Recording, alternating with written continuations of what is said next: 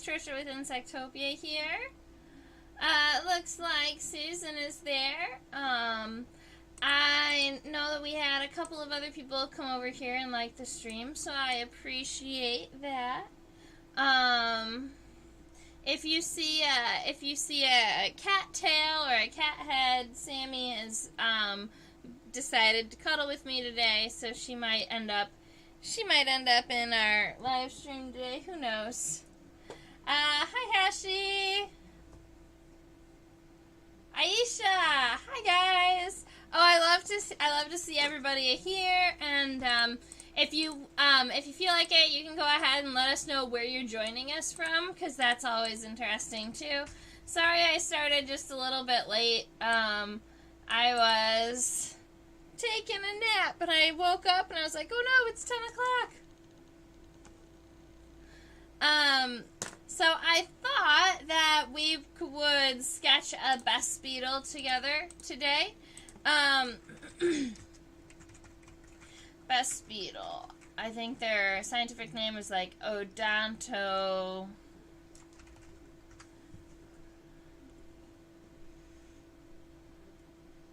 Let me go grab their scientific name.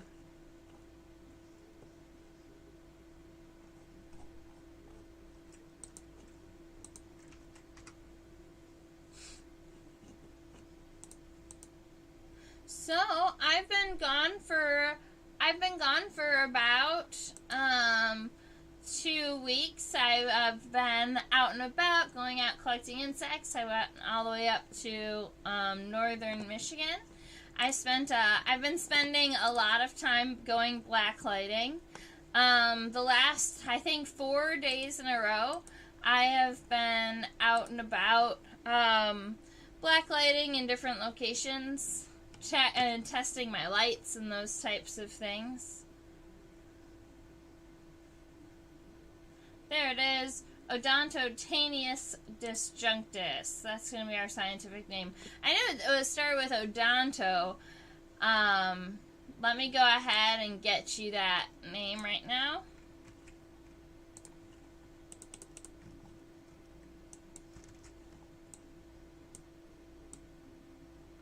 Odontotaneous disjunctus. That's going to be our scientific name for the Bess Beetle. Susan's asking a quick wasp question. She says, what largish wasps parasitize caterpillars?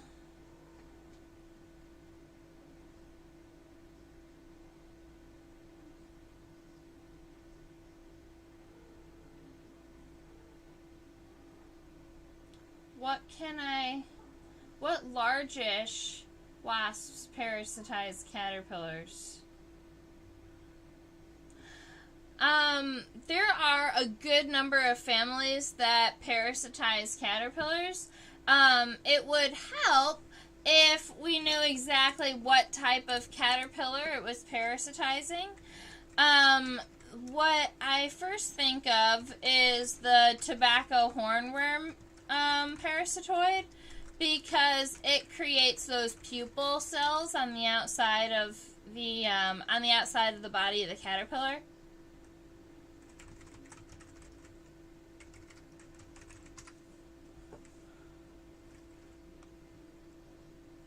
I'm not exactly sure what species or what type of parasitoid feeds on them, so I was gonna go ahead and look it up really quick.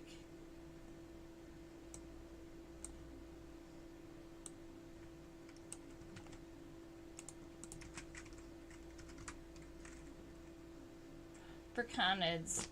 So I would definitely say you've got 2 large families of parasitoids. They're going to be most of your parasitoids, although there are so many out there. We're going to call them, there's the chalcidoids. So if you have a OIDEA, that's not a family, but a superfamily. It includes the chalcids, but also like the trichogrammatids and all of the other little itty-bitty parasitoids.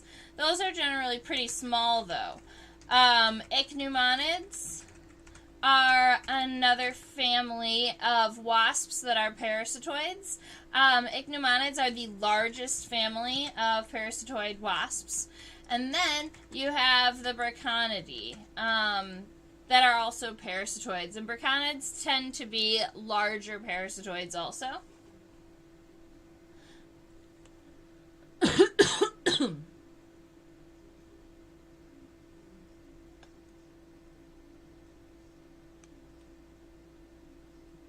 Yeah, I spent some time up in Traverse. That's where I was out and about, and I went kayaking and blacklighting and spent some time in the rivers. The aquatic insects in northern Michigan are amazing. It was dark with orangish wings, and it must have been parasitized. Oh no, your spice bush swallowtail. So, was that only one wasp that came out of the pupa, or was it? Because a lot of times with swallowtail and butterfly chrysalids, you have, they'll emerge not just one parasitoid, but 30, 40, 50 parasitoids, because their pupil, the chrysalis is very large.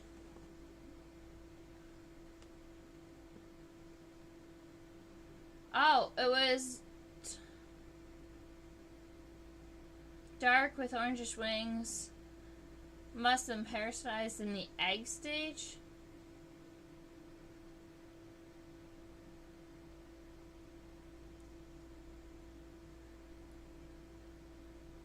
I'm sorry that your poor caterpillar got parasitized.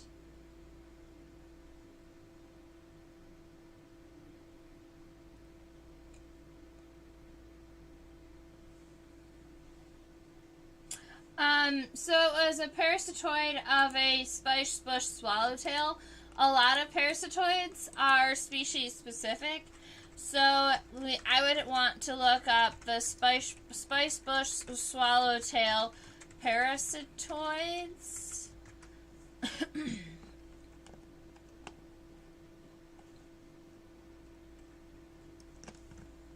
Because I don't have one off the top of my head. Because you also could have a fly. There are some tachinid flies that feed on caterpillars.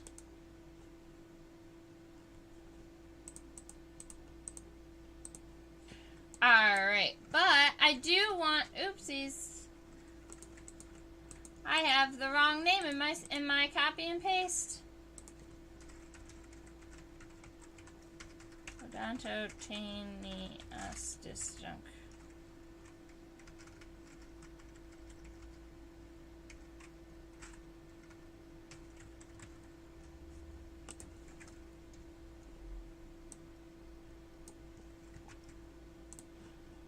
Alright, so this is the beetle that we are talking about today, Odontoctenius disjunctus, and I actually have...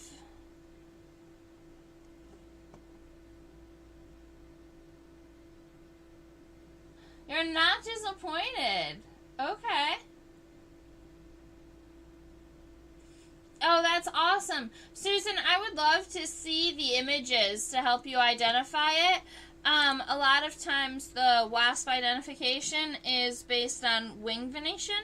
And if you have a very in focus pictures, I might be able to identify it for you. So, yeah, we went off on a short tangent, but I'm sure that a lot of people out there enjoy learning about new and different things too. When I was working at the Philadelphia Insectarium, I had, every now and again, we would have parasitoids emerge from chrysalids. And so, it takes a minute, but if we get them underneath the microscope and we check them out closely enough, we should be able to get them down to at least family.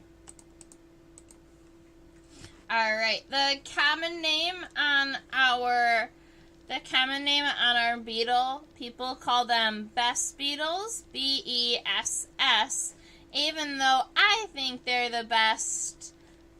They're the best beetles. Now,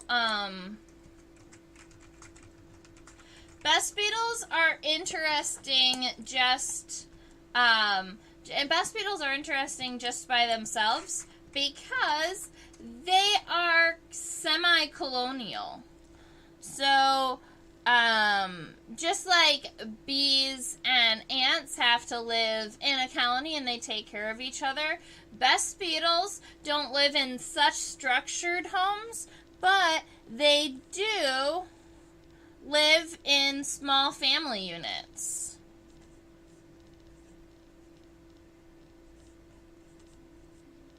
Taenius.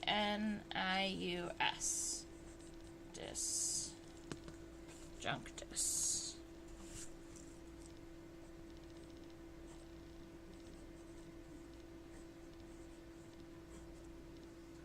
Alright, so Taenius disjunctus is our scientific name. And so this beetle lives in small colonies, small family units, where they do go ahead and they live in kind of rotting and decomposing logs. They will chew on the inside of the logs, and they make themselves little paths or little tunnels throughout the logs, where they will end up making kind of a chamber where they will be taking care of their young, or they're going to be taking care of their grubs.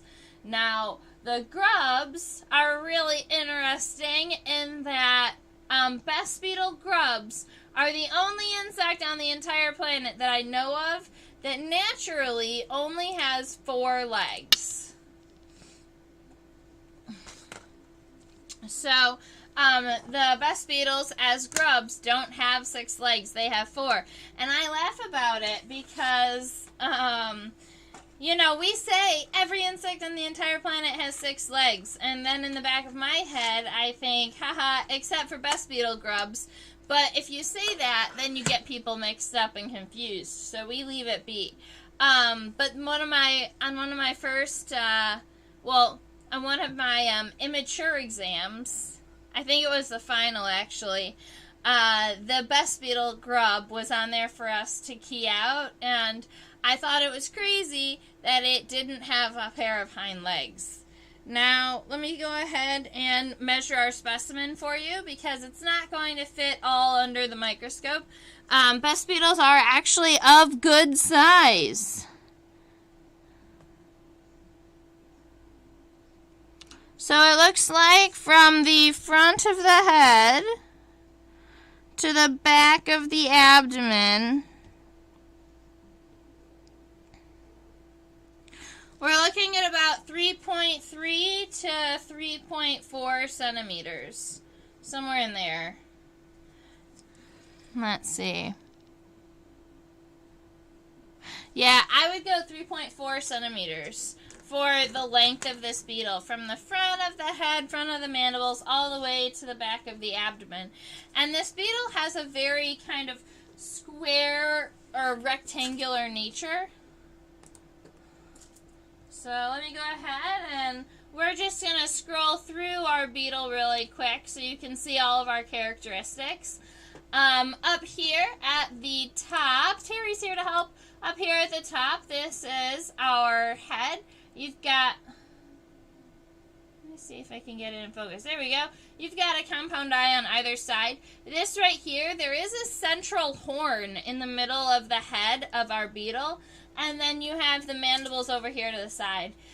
Our antennae are lamelate, so we'll be able to see those in a minute, but we'll have to kind of turn its head a little bit. Our pronotum is right here. It's pretty much, it's almost an equal box, and it does have this lateral or median suture, I guess we would call it, this central line in the back of its pronotum. And then, if we keep scooting up, these are the elytra. So he has very strong corners on the front of his elytra.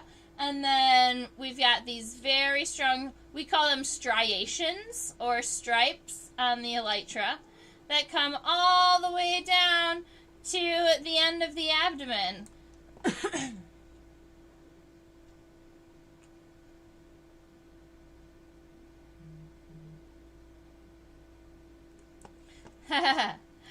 Yes, he has absolutely beautiful textures, and I feel like when we zoom in also on these striations, I think that they are small dots rather than longer lines when we zoom in, so we'll have to check that out. The cool thing about this beetle is that most of the time, I've always imagined this beetle just kind of walking around, sticking to itself, staying on the ground, and digging around in rotting wood.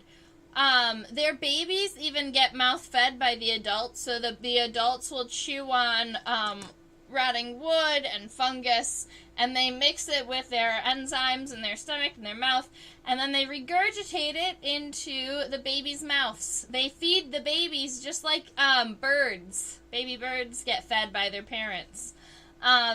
And so that's kind of cute. And I've always imagined them staying really close to home. And then last night, when I was blacklighting, I saw a Bess beetle fly. I was pretty impressed because they're a pretty large beetle, and so I got all excited that it was flying towards the light, and it landed on me, and I got to watch its elytra open up. It was pretty magical, and so I guess at nighttime they will fly to lights locally or to lights close to their home or close to their setup.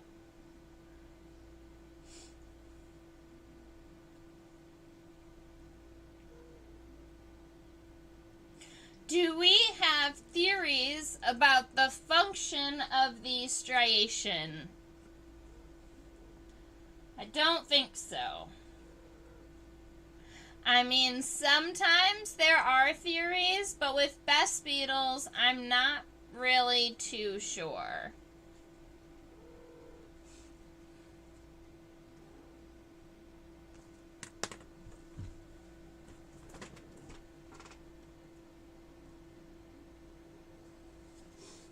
So, I did want to turn its head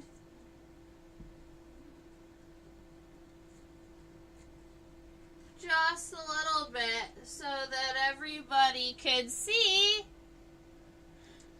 Alright, so this horn doesn't just point up towards the sky. It comes up and then it actually is forward pointing.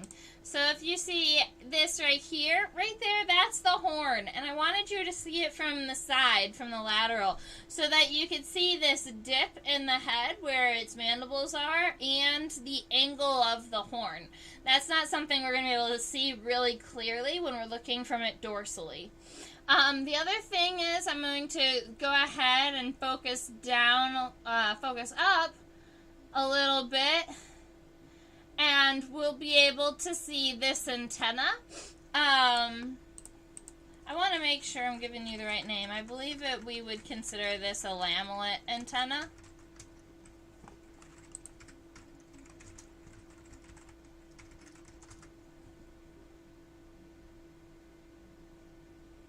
Yeah.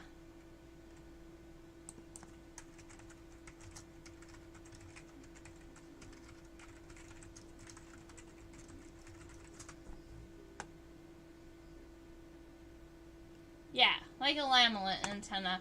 So it has an antenna that they call it comb-like because it's flat on the one side and then it has individual branches on the other side. And so that type of antenna, we call it, with 2 L's, not 3, lamelet. So that's what you're looking at here, comb-shaped or lamelet antenna. Alright, so I think that we've got enough of the overall kind of look for our specimen. I'm going to go ahead and start getting and get started sketching a little bit. need to make sure we get our overall sketch done first, and I haven't really started. I've been too busy chatting. So our head is going to be overall pretty short. Let's see. Maybe something like this. So, Bess beetles are also known, Bess beetles are semi-communal, and so they need to have a way that they communicate with each other. Well, Bess beetles are unique in that they do use some pheromones, but they actually, they use some pheromones, but they actually have mostly a sound-based communication system. And they can make 13 unique noises. Alright, they've got these elongated mandibles. I'm just going to put those in there for now, but I do believe when we zoom in, I'm going to be able to add more detail up here. I'm just trying to get my first sketch to know how the size of my beetle and where the body parts are going to end up. So that looks like about my head and my mandibles. And I'm going to be coming back and giving it this pronotum. And our pronotum is very square-like, with rounded edges, and a central vertical line. And then post pronotum, there is a little connection between the pronotum and the abdomen. So I'll go ahead and zoom, I'll scooch our microscope so that you can see that. So there's that kind of gap in between the pronotum up here and the elytra down here. It's kind of wide, but you want to make sure that you give that gap. And so what I'll do is when I come into my sketch, I just give myself two very kind of short vertical lines right about here and here, and then I'll start my elytra from there. And that also gives the opportunity to really make those shoulders for the elytra.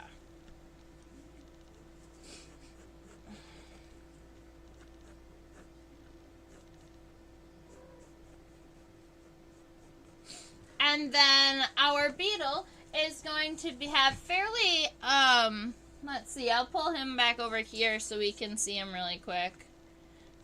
His overall shape. So I would say that his elytra are probably maybe 2 1/4 times the length of the pronotum. So you can take this box and you put it on top of the elytra too, and then plus a little bit. So that's going to be about right for my beetle ratio.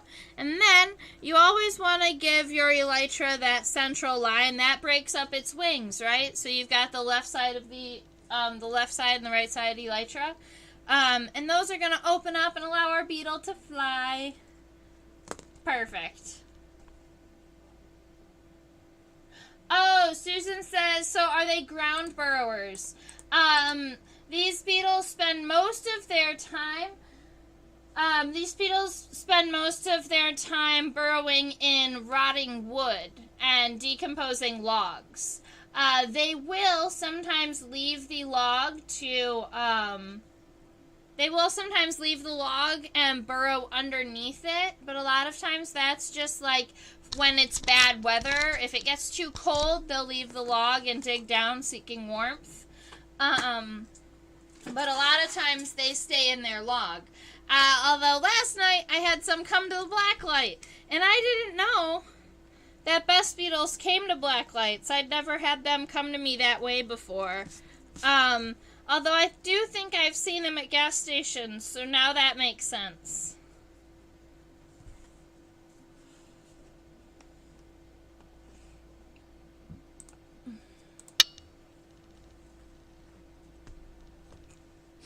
Alright, so I'm going to be sketching and giving details to our head right here, and then we'll be adding a little bit of detail up here to the top. It looks like I'm going to be switching these mandibles up a little bit to give it a back mola. A lot of times, here, I'll show you when we get there.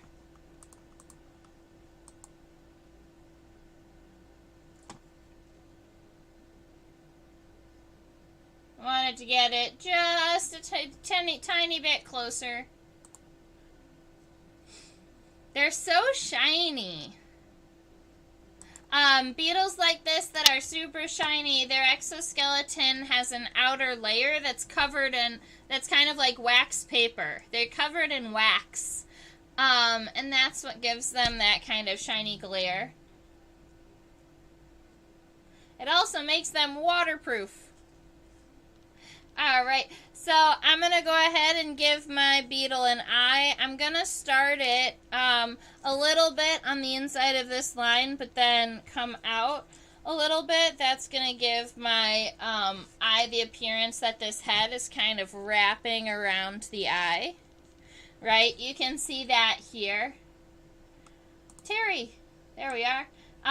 You can see that right about here where our head is kind of wrapping over the front of the eye.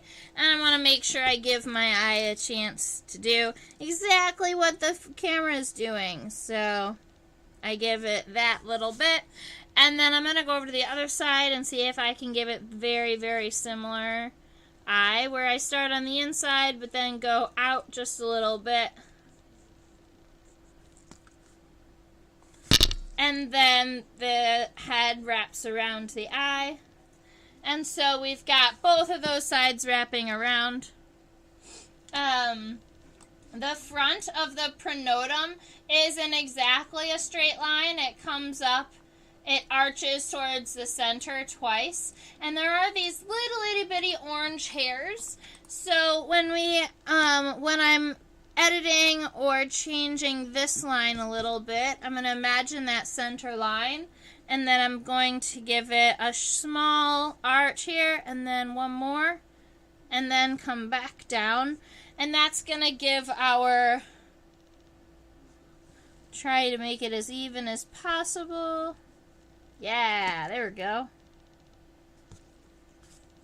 And then there are those little orange hairs, so you can go ahead and give your beetle a little fray here, right along that line. I have left this horn in the center, so I'm going to give these two little lighter lines on the inside. I want to make it look like the horn. Let's see, I'll show you. Right about here, starting here and going all the way around, there's this like U shape in the head. So I'm giving the beginning of the left and the beginning of the right of the U. So I'm kind of imagining it coming down like that. And then I'm going to give my horn coming up like this.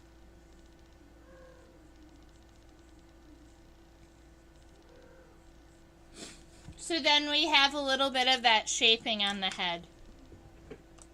Let's go ahead and zoom in on the mandibles.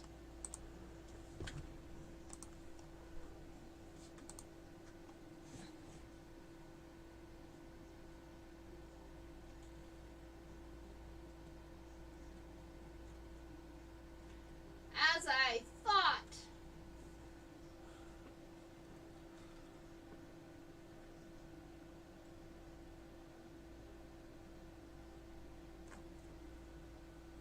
Alright, so our mandibles are just a little bit different. When I sketched them, I was thinking predatory for some reason, but of course our beetles are chewing on wood and rotting wood, and wood is not an easy thing to chew. So instead of having mandibles that are sharp and pointy all the way down, they will have a sharper point up at the front. Alright, and that's going to help them break into the wood. But then their mandibles come back in this direction and then they meet. So you've got this whole section here. And that, at the base of the mandibles, where there's kind of two mandibles that sit next to each other. We call that the mola. I always remember that. We call it the mola. And I always remember that like the molars. So if you imagine these working, they're going to be opening and closing and tearing the wood from the front. But then as it gets closer to their head and as they're trying to eat it, these sections right here, they kind of move back and forth like this, and they grind the food before they get into the digestive tract. And that's the purpose of the mola, is to really grind food. And a lot of beetle grubs and beetle adults that feed in wood and under logs will have mola because they need those they need that extra little bit of grinding action to be able to get any type of nutrients out of the wood. Cool. We also have some pretty long setae. So if you're looking right about here, you can see that longer red to reddish orange or brick red hair coming out of our places in our mandibles. I wouldn't know what the function of hairs on the mandibles are unless they are something for interaction with the grubs. Because they do mouth feed, right? So it might be to help kind of manipulate the food down into the grub's mouths. That would just be a guess. A wild guess. Alright. Well, I'm pretty happy with how my head is looking. I'm going back through and just adding a couple of lines and solidifying the ones that I have. And then I'm going to come back in here and I'm going to add those long setae or those long hair at the mandibles so that it looks more realistic. And then we're scooching on back and we're going to go check out the pronotum. Maybe he just doesn't brush his teeth enough. Maybe that's it. He's got hair growing on his teeth because he doesn't brush enough.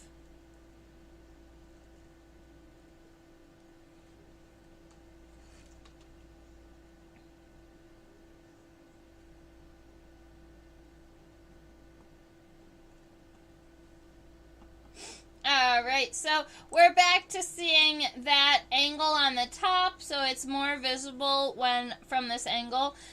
And that's alright because we made sure to include it. Our pronotum has these square shoulders up here in the top and does round out a little bit on the bottom. I think it looks like it is all a convex arch down here. So I'm going to go ahead and check out my sketch. Make sure that I've got those shoulders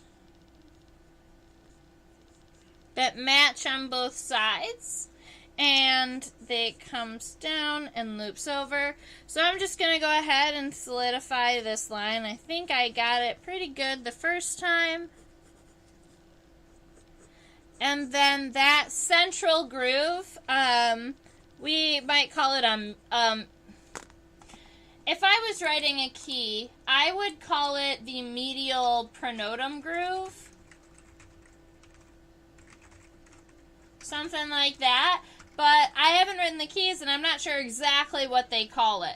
But it is a groove on the pronotum right there on the center. We could even call it the vertical. We could even call it vertical, but alas, it's there. And he's so shiny. I love him. Alright. We're going to continue moving backwards. There's not much to see on the end of the pronotum.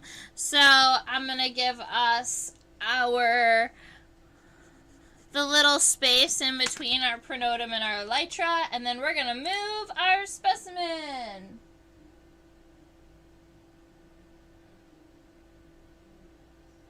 It's like, what's behind door number 3?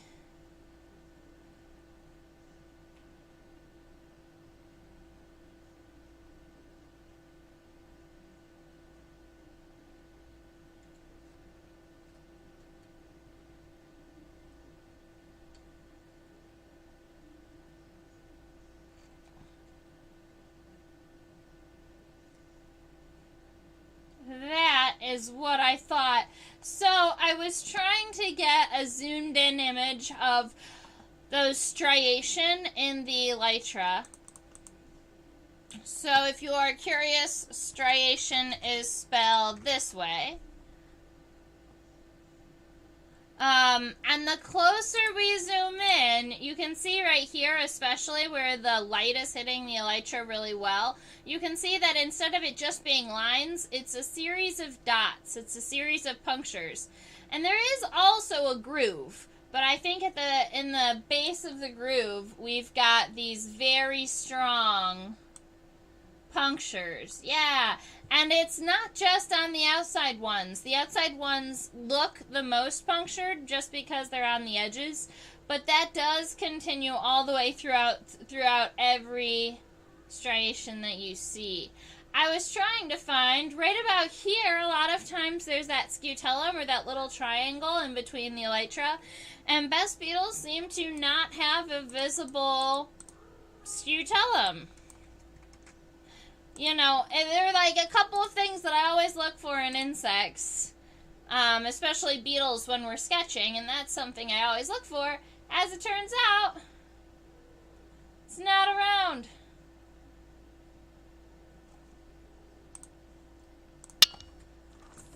But I am going to go ahead and give the outline of my elytra. I'm going to get them darkened up a little bit. You do have the shoulders. It doesn't get much wider than the pronotum. It stays very narrow and long. Bess beetles have many common names, actually, so you may have heard them called something else.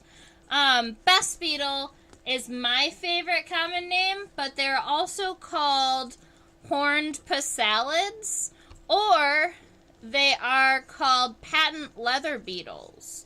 I believe that my Audubon Society book, the first time, I believe that my Audubon Society book called them patent leather beetles. And so that's what I started calling them in the very beginning, the first time I found these guys.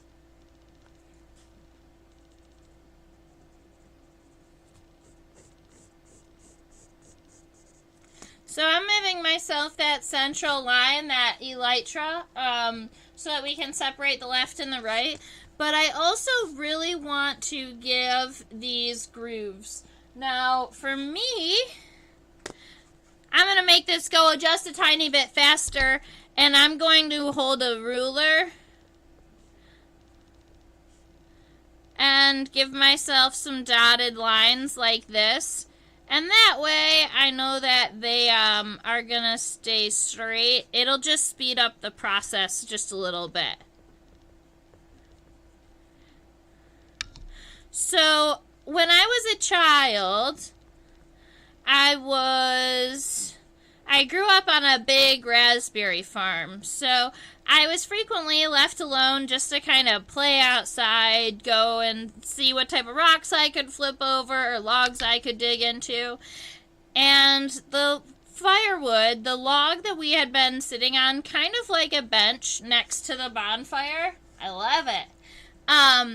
The log that we had been sitting on was really, really starting to get rotten. And I asked my father, I was like, all right, this log is getting very rotten. People are starting to, put holes in it. Would it be okay if I ripped it apart? Because little Trisha really wanted to see what type of insects were living in this rotting log that we had been sitting on for years. And so he said, yeah, go ahead. I think it's about time. So I start ripping at this log, breaking it up into all of the little pieces, as you imagine a little kid excited about bugs does. And I found Bess beetles. Now, as you might guess, because they're familial and they live in small colony units, Bess beetles, if you find one, you find multiple. And these are some pretty decent-sized beetles, right? We learned 3.3, 3.4 centimeters long, so, about 1.5 inches long. These are big beetles, and I got all excited, and I start collecting them. And my dad goes, well, I think I have a terrarium you can keep those in. So all summer long, I was feeding my Bess beetles rotting wood and watching them break it down and watching them make all those little tunnels and holes. And I had the greatest little kid time with my Bess beetles. I had a small Bess beetle colony for a while. That was back in the day. I called them patent leather beetles. All right. I don't understand. That's where you put the record needle. Is it a reference to a word that I said? Alright, I've got most of my body taken care of, so we might as well start on our legs. I might be changing the angle. I might be changing the angle at which we look at the beetle. Maybe not. Let's see. I might not have to too much.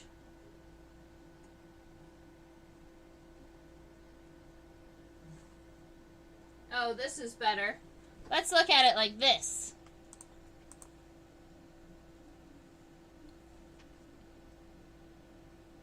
So, funny thing about growing up in my home, when you came in from outside, you went up like a half a flight of stairs, and you ended up in the kitchen.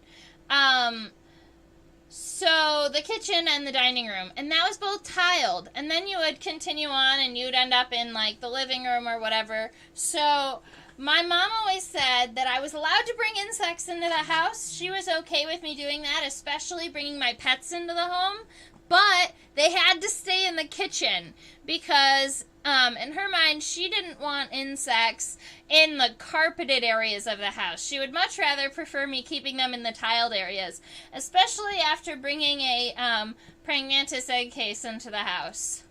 She wanted me to keep all of my bugs in the kitchen area. I only ever had a couple of mistakes where bugs were released into the house. My mom had lots of patience. So, if we're looking at this first leg, oh yeah, and we need to add the antenna too.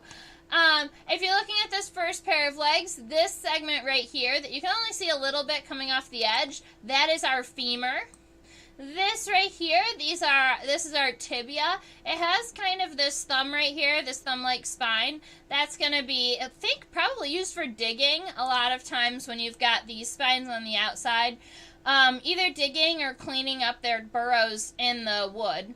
And then you've got a number of tarsal segments and this larger tarsal segment that's kind of like a cone, and it's got those spines on the end of it, those tarsal claws. So you can see that there are a number of segments here. We're going to have to zoom in and check out how many segments it has.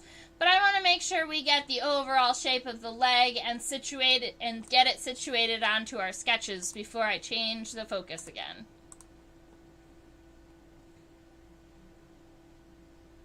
Oh, what is their range? Where can Bess beetles be found?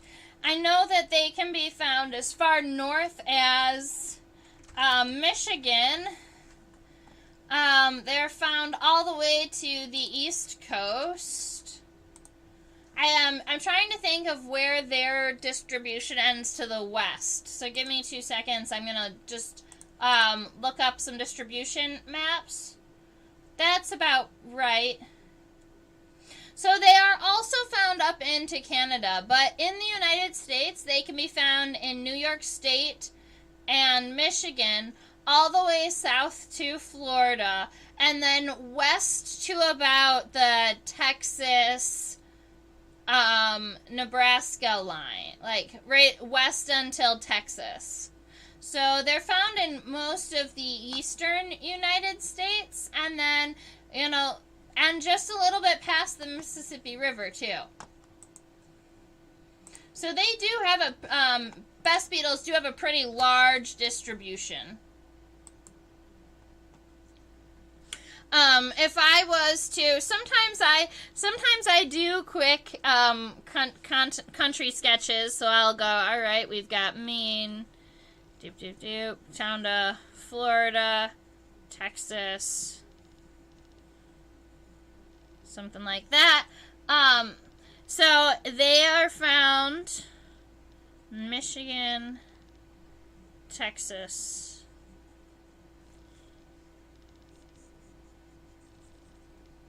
Approximately there.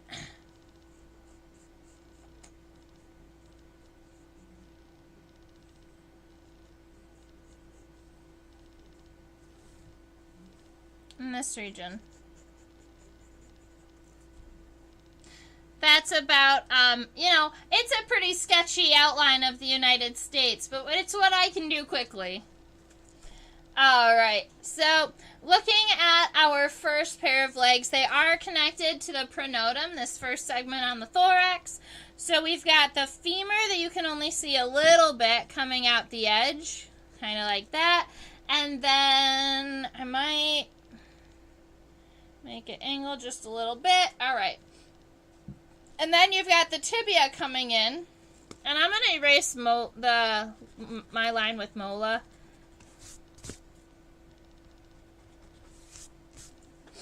Alright, so you've got the tibia coming in, and it does have that kind of thumb spine on it, that spine on the beginning, or at the end on the internal side.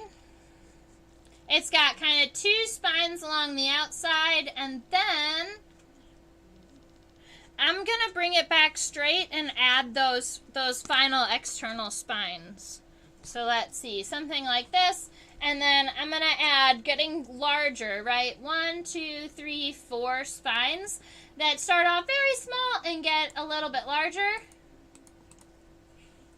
So 1, 2, 3, 4. Yeah, I'm all right with that. And now let's go ahead and zoom in and check out those tarsal segments.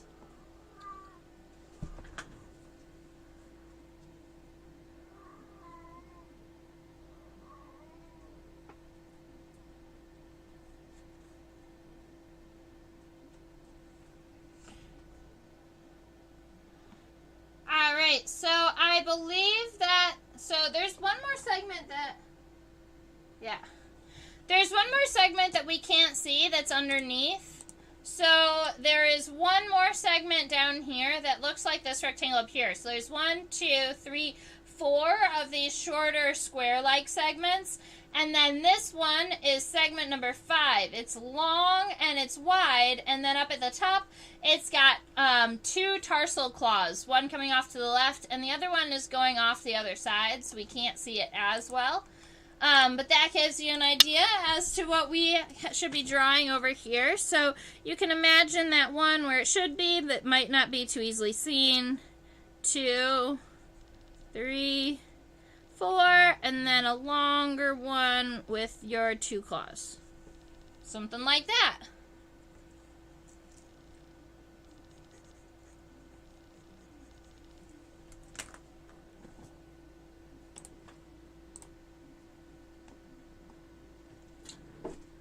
Alright, the middle leg.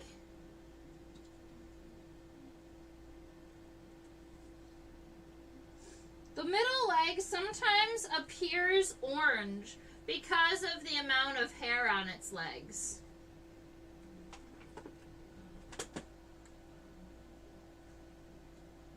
Trying to get it into a good level of focus. We're looking at it from kind of a funny angle, but you can see all the pieces, so I do want to leave it this way. This is the shoulder of the elytra right here. We're kind of looking at it almost diagonally. This is the femur. The tibia is coming towards us, but it's right here. You can see the spines on the end of it. And these are our tarsal segments. So these are 1, 2, 3, 4 small ones, the larger one, and then the 2 tarsal claws. Alright. We keep in mind that the middle legs are connected down here, right? So they're not connected to our pronotum. Our second pair of legs are gonna be connected here, and then the third pair back here. And this is still part of the thorax. even though it looks like it might be the abdomen, right? The abdomen doesn't start until somewhere in this region back here. So if I imagine my leg coming up, it's probably going to be coming up around this angle would be my guess, because we want to kind of have it going up in a forward angle so that the tibia can come backwards.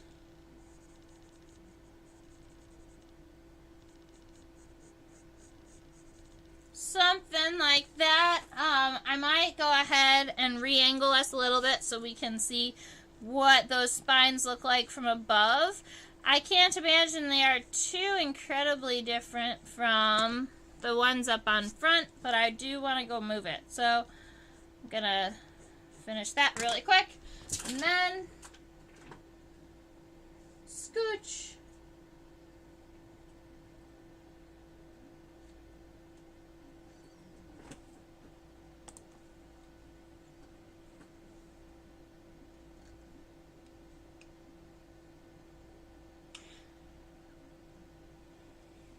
Alright, this is our leg from a dorsal side. So we don't have those spines that are moving away from our body much. There is a groove in the middle of the tibia that looks kind of interesting. I'm not sure what the purpose of that is. And then they have lots of those orange setae or orange hairs all over their body. If you'd like the spelling for insect hair, it is spelled like this. That's how we say it, setae. And if you wanted to say that something was hairy, you call it cetaceous. Fun little bonus science fact on the side. I'm sure that the plant people, do plant people also use the word cetaceous for being hairy, or is there a different word for plants that are hairy?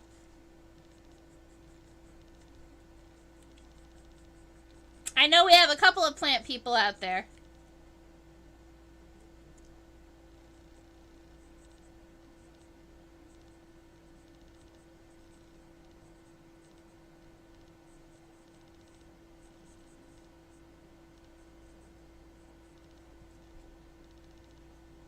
So the elytra attached to the thorax, yes. The elytra are actually the first pair of wings, and then the second pair of wings are the membranous wings. So you can even say that the elytra are connected to the first segment of the thorax, and then the membranous wings underneath are connected to the second segment of the thorax. Which is kind of funny because this is the pronotum, which is the first segment, but the elytra are connected at the very, very end of that first segment before us. It's really close up there. But I promise, we were always taught that the first pair of wings is connected to the first segment of the thorax, and the second pair of wings is connected to the second segment of the thorax.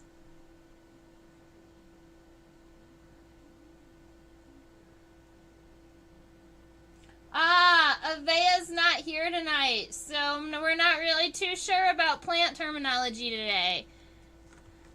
Avea should know that she was missed.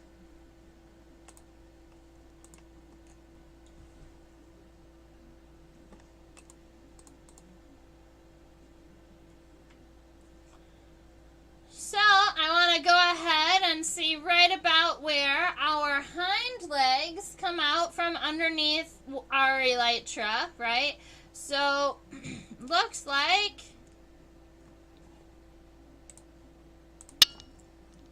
Alright, doop doop.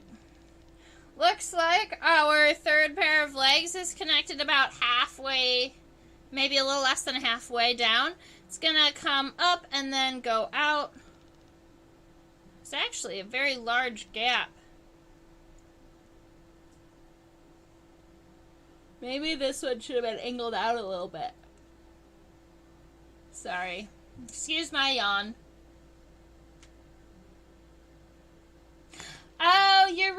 hushy. Hairy plants are pubescent. True.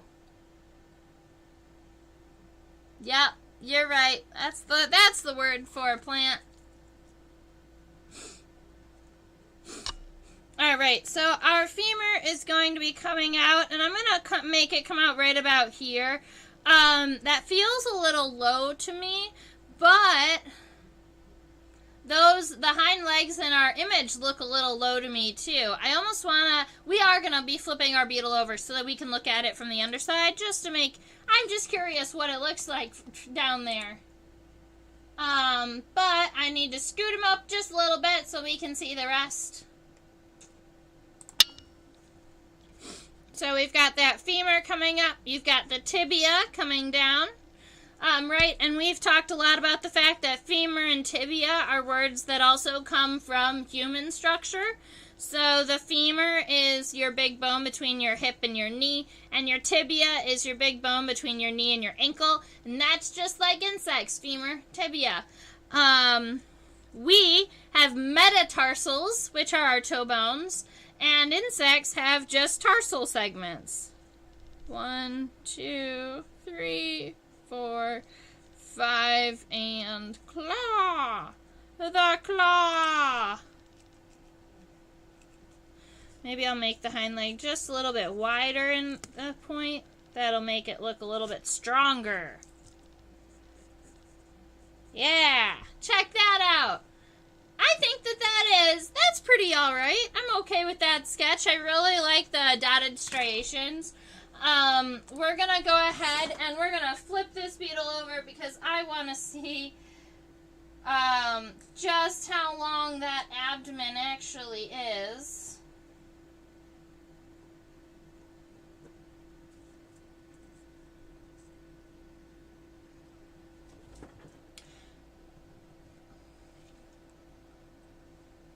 Zoom in, zoom in, zoom in.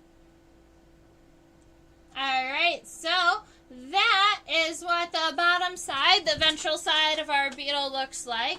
So right up until about here is our thorax. Those hind legs start the abdomen.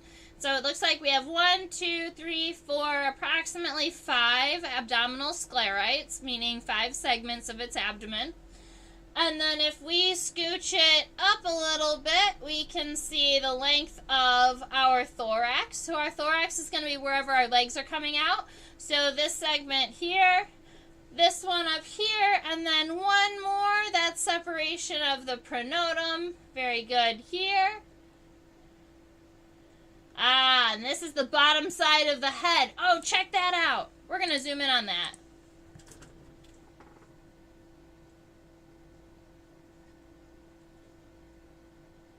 Whoa!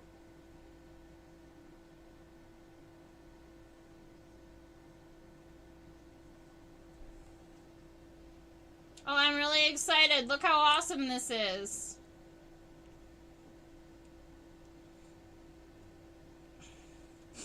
Alright, so you are seeing all different types of segments here. This little segment here that looks almost like a bat, it has a bottom spine here, and then it has kind of 3 spines. Let's see. I'm going to go ahead and sketch this. This is really cool. So this is the underside of the mandibles. This is underneath the mandibles. So if we are looking right about there, you can see that there is the bottom jaw. So we call that the labrum. And it's shaped like this. It's got this single point on the bottom, but then it has kind of this 3-point shieldy shape that looks like that. So that's what the kind of the shape of the bottom lip is, which is wild. And then if we're looking at them, if we're looking at it going out, you can see there's a palpi here and a palp there. Now those are not part of the mandibles. Those are what I lovingly like to call mouth fingers. Those are the maxillary and the labial palps. I always forget which one is on the top and which one is on the bottom. So I'm going to look it up just really quickly so that I don't get them mixed up on you.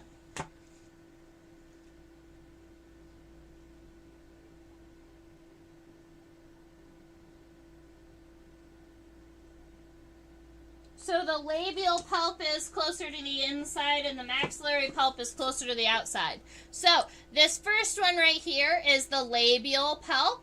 And then this second one here is what we consider the maxillary pulp.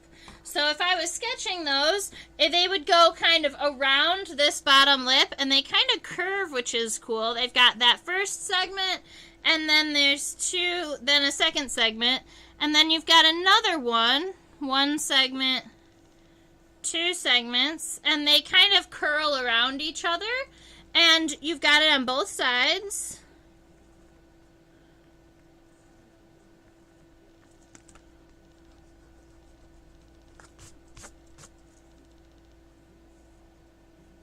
Don't mind me while I attempt this. I've never tried sketching this part before. New things for all of us. Alright, so we've got that. So on the inside, we have the labial pulp, spelled this way. And then the next one is the maxillary pulp, spelled this way. And then after that, you have the mandibles. Now, our mandibles from the top only look like they are one spine. When you look at them from the bottom / from the front, you can see that the leading edge actually has 3 points. So it doesn't come to a sharp point on the top, it comes to more of a wide point like this, and it's got 3 spines as it cheers like this.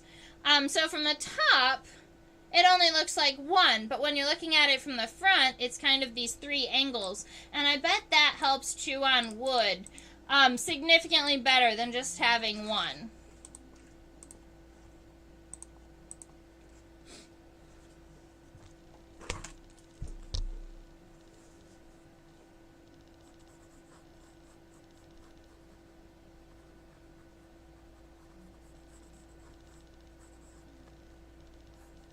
So then you've got, I'm just doing a quick sketch to give us the mandible. I don't know about that.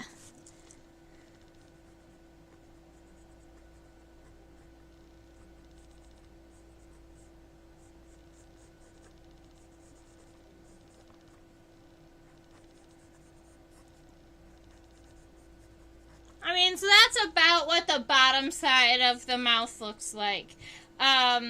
That's not my best sketch in the world, but I think that the microscope image is super cool, so I'm happy with that. Alright, I've got all of my right legs on my beetle. That's what I really like to do, is just keep it one-sided. I know that a lot of you out there have been able to sketch both sides in the time that I sketch the one. I'm just a little chatty sometimes. So, that is our Bess beetle. We got to see it a little bit on the front and in the back. Oh, wait a minute. We need to do the antenna.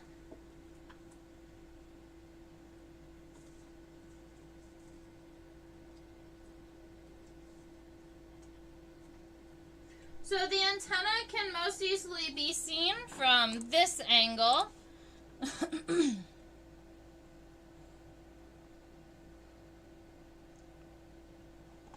Alright, so it's connecting underneath the eye. You have 1, 2, 3, 4, 5, 6, 7 antennal segments before this lamellet club, and then 1, 2, 3 at the end. So that's going to be a total of 10 segments, 7 and then 3.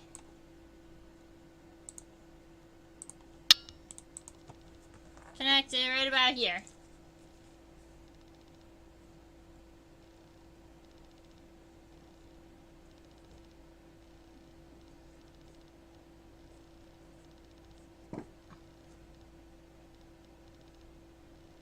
And the lamellet parts are going towards the body. So if you're drawing on the right side, the comb is going to go to the left.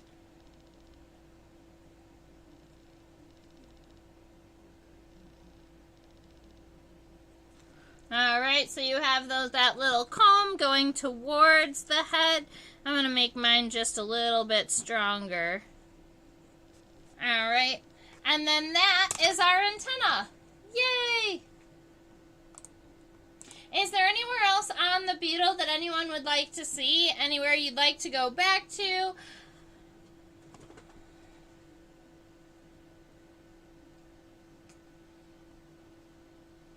All right, I think it's about time for me to say farewell.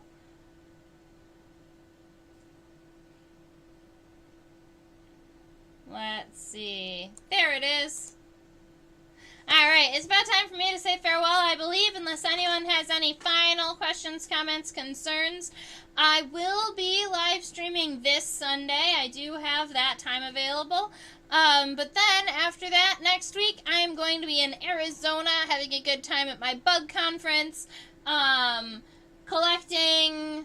We'll see what happens. I might bring home a live animal, I might not. Maybe a vinegaroon would be really awesome. So I do all of these things. I teach on OutSchool. This is a platform that I can teach pretty much virtually any class I would like. Most of them are bug-related classes, obviously. They are what I absolutely love. So if you know a 5 to 8-year-old or a 9 to 12-year-old that loves bugs or loves nature, go ahead and find the description box. Go ahead and find the link in the description box below. That will actually give you $20 for free towards any of my classes. So I love it when people have the opportunity to see and do that. Come and take a class for free. See if you like it. See if the students like it. Make sure that you subscribe to my channel. Go ahead and like this video if you enjoyed yourself today. If you want notifications about when I'm going live, you can go ahead and remember to click the bell. And this QR code down here is a link to my PayPal account. That is where you can go and thank me for our class today. I super appreciate any and all donations that you can make to Insectopia because this is what I absolutely love to do, and it is your support that helps me be able to continue to do this as a job and as a way that I bring in a little bit of side income. I super appreciate it. So feel free to follow that link. Go ahead and I don't know, tip me a coffee. Keep me awake so that I can continue blacklighting at nighttime and teaching in the daytime. I'm at Insectopia 2015 on both Facebook and Instagram. So if you are going to look me up on Facebook, I'm facebook.com/Insectopia 2015 or on Instagram at Insectopia 2015. You can find all of my fun pictures, and I've been having a good time with story time, with story mode. I've been posting all types of like pictures from my hikes and pictures from blacklighting. So go ahead and find me there. My email address is trisha@theinsectopia.com. I'll write it right here really quick.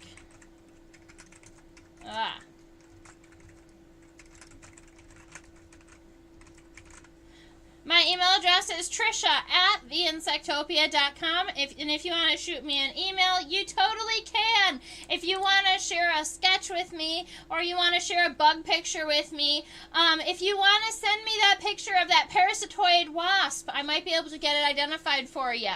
I love hearing from all of you, so go ahead and reach out to me there. I tend to be pretty alright at responding to emails. So that should be an alright way for you to reach out to me. I'm going to go ahead and put this back so I don't forget later. Alright, I hope that everyone has a wonderful rest of their day. You're welcome, Susan. I love Bess beetles. They're one of my favorite beetles to find in logs in Pennsylvania here, just because of their fun and interesting, communication. They can make 13 unique noises, including stridulating, which is like squeaking, and they'll knock their head against the wood to make a knocking noise, and they can even make some lower toned sounds that are unable to be heard by the human ear. So, for all of those reasons, Bess beetles are awesome. I hope you all have a wonderful rest of your week, and stay buggy!